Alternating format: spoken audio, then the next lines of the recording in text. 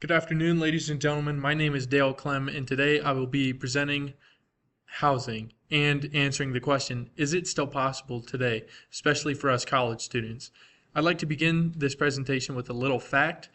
Back in 1967, $100,000, which would be about the price for a nice house, according to the article Inflation Rate for Housing Between 1967 and 2024, that would total over $1 million today, which I find a little crazy.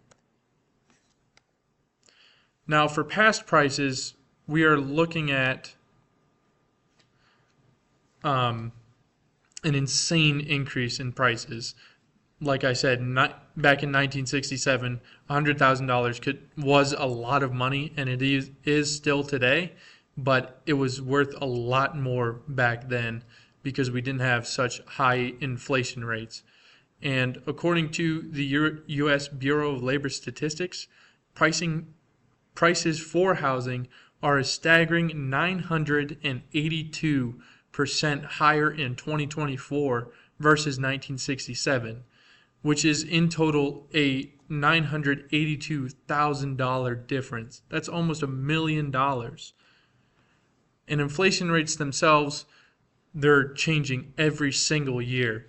Back in 1980, according to that same article, Inflation Rates for Housing Between 1967 and 2024, 1980 had one of the largest changes of 15.7%. And then 1 year earlier, in 1979, was a change of 12%. And then a couple years after that, in 1981, it was a staggering change of 11.48%.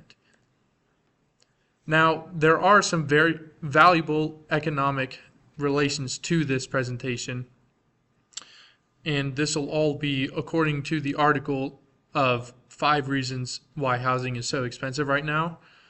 One of those relations is cross-price elasticity of demand, also known as XED.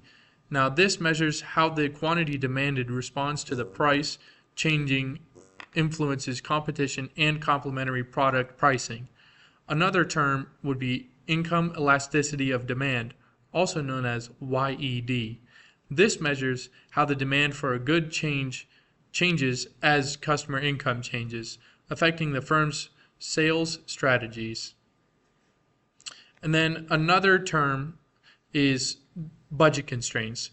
And in short, what budget constraints are as normal people, not millionaires, we have constraints of how much we can spend. So that's what that means. It's just that hold on what we're able to spend. And then the demand curve is just a visualization of the first 2 terms, showing us just how bad or good demand can be. And then other expensive reasons, according to that same article, 5 reasons housing is so expensive, is mortgage rates and inflation. Basically, a roundabout price in 2021 was around $370,000. Now, or a year later in 2022, the median price or the roundabout price for the middle ground is almost $424,000.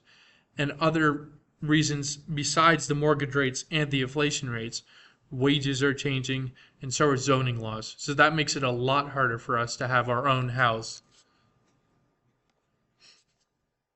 Now the question is, will us college students ever afford a nice house?